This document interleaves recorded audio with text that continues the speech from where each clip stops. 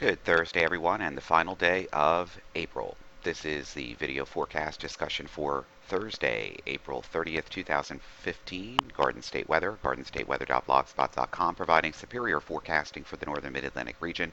I'm forecaster Robert Smith.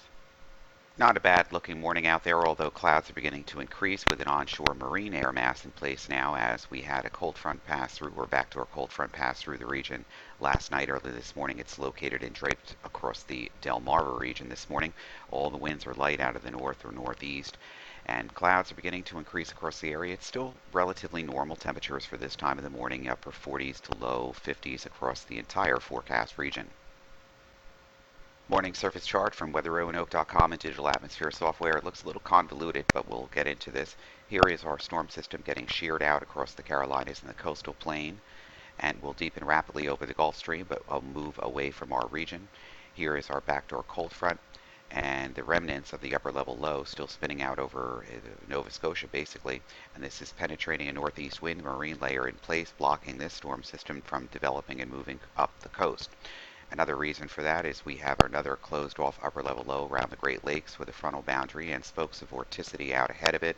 This system will migrate and dance to the east coast, wash out this system, and then high pressure builds in for the weekend with very little interaction between any of these features during today or tonight. We can see these features nice and clearly on the 500 millibar analysis and water vapor channel. Here is our subtropical jet stream. Here is our disturbance emerging out into the Carolinas this morning. And here is the upper level low across the Great Lakes. Now this feature here will be coming late to the party and then move everything off the east coast while this low weakens, moves, shifts further to the east. This ridge of high pressure will be forcing everything along with this trough axis here across the southwestern regions of Canada and western regions of the United States to push everything along with very little complicated weather in the pattern for the next 24 to 48 hours, and then a large improvement with warming conditions over the weekend. Morning pass of the visible satellite imagery this morning shows mostly mid-level clouds scattered about the region. It's not overcast in all areas, and it won't be overcast in all areas today. However, with this upper level low spinning and moving in our direction, and then phasing with this storm system late and then off the coast, it means that there will be a considerable amount of easterly fetch to the air, a northeasterly marine layer in place, and that will help and tend to increase some of the cloud cover across the region, but not all areas will be completely overcast today, but probably be more overcast during tonight and early tomorrow before the clearing begins. There could even be some light precipitation across the Delmarva, but we'll get into that in a moment. The water channel imagery shows a little bit more of moisture content into the air across Pennsylvania and the New Jersey, Philadelphia metropolitan area this morning. When we look at the radar mosaic, there's not really much going on. Here's our upper level low finally moving away. Here is our storm system exiting the Carolina coast this morning, and our upper level low across the Great Lakes with vorticity maximums running around the western side of the base, producing almost north to south linear lines of convection here, or rain showers, and two spokes here. Most of this precipitation will not really affect our region as well. Watch its warnings and advisories. Really, these are just some small craft advisories in effect until 10 p.m. this evening to 6 p.m. on Friday for northeast winds at 15 to 25 knots, gust up to 30 knots with the seas basically 4 to 7 feet. Allergy forecast will continue to be on the high side with pollen distribution rapidly from the trees. Oak, birch, and maple are the primary ones, but all the other trees are sprouting out as well, making pollen concentrations high during the next several days into early next week.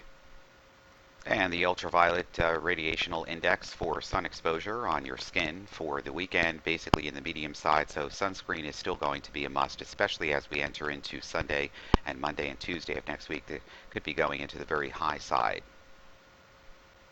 Agricultural forecast from Rutgers University in New Brunswick for northern New Jersey and southeastern Pennsylvania. Very little, if any, rain today through tonight. Less than 1/10 of an inch on Friday. Winds for spraying out of the northeast at 10 to 15 miles an hour today and tonight. Northeast at 5 to 10 on Friday. Humidity is about 40 to 50% today, 90 to 100% tonight, and about the same at 40 to 50% on Friday. Dew points will be in the mid-40s today, upper 30s to lower 40s tonight and Friday. Dry conditions, fair to good today, fair at best on Friday. And there is light dew tonight and Friday night, but some wetting is still possible in a shower Friday night, especially southern regions. Percentage of sunshine about 30% today and 10% Friday, but don't worry folks, things will improve over the weekend. And high-resolution rapid refresh model from Penn State's eWall site shows the cloud and precipitation shield dancing around to our south and to our west. A variable amount of cloud and sun today, a little bit more clouds developing across the region during later tonight and into early tomorrow morning as a result of the storm system upper low phasing with the coastal storm, actually not completely phasing but moving everything out to sea, and the onshore flow continuing in the lower layers of the atmosphere. So these will be lower clouds across central and southern New Jersey. Parts of the area will just receive partly cloudy skies or variable cloudy skies later tonight and early tomorrow. And we'll use the Canadian RGM for the 2-meter temperature forecast, near surface temperature forecast. I think the NAM model guidance is a little bit, well, it's a little bit pessimistic on the cooler side. I think temperatures today will get into the lower 60s, a lot less cooler than it was yesterday. We had some temperatures in the upper 70s and right around 80 degrees, except for the immediate coastal areas where we had a backdoor cold front, and then we had a sea breeze development on the coast. But temperatures overnight tonight will drop off into the upper 40s and lower 50s across the region. And tomorrow will be a much cooler day, albeit away from the coast. Temperatures could still get up to around 60 degrees, but generally primarily upper 50s will be the rule across the area. Now, the good news is that as we enter into the fold of Saturday, temperatures improve and recover nicely into the mid and upper 60s. And the stratosphere has been very warm over the northern poles, and this means the suppression of the troposphere over the northern hemisphere, and that means a very active polar jet stream across the region. And this means that very active pattern is still setting up for the region with large-scale changes, even though a ridge would like to build across the southeast and warming trend for the first part of May. It still does mean that there's going to be interactional influences between the fight and battle between the polar jet and the subtropical jet over the next 10 days. We can see this nicely from Earth. Streamline analysis here. This is the 500 millibar level. Look at all these disturbances and a very active polar jet stream across the region. Upper level lows being cut off all the time. Here's another one in the southern branch. So it's going to be a dogfight actually between the two branches here over the next 10 days. A very active pattern nonetheless. And even though there will be a fight between these disturbances here in the polar jet and a very active subtropical jet, leading to a very warm period of weather occurring from the southern plains into the northern mid-Atlantic region, don't be surprised for backdoor cold fronts and upper level lows cutting off, and means battleground set up across the region over the next 10 days with a fight between warm and marine air mass in place. We'll do a large-scale Northern America view of the forecast from the GFS going into the future. Here is our upper level low. Here is our storm system off the Carolina coast. Everything just dancing around and fading away. Light rain showers, 30-20% pop chances here across the Delmarva over the next 24 to 48 hours, and everything just moves out to sea. High pressure begins to build in, warming temperatures over the weekend, heights beginning to rise as well. But notice we still have a very active polar jet as described. Now these things get interesting as we head into next week, because temperatures are really going to start soaring as this high pressure ridge begins to build across the region. The heights continue to build, and I have a feeling that some temperatures here will be approaching 80 or even in the lower 80s, and the guidance is going to be caught a little bit off guard until it gets closer to the forecast period. Under these normal conditions and the strong sunshine of May, definitely going to go above MOS guidance for temperatures early next week. So it's going to be a nice week coming up.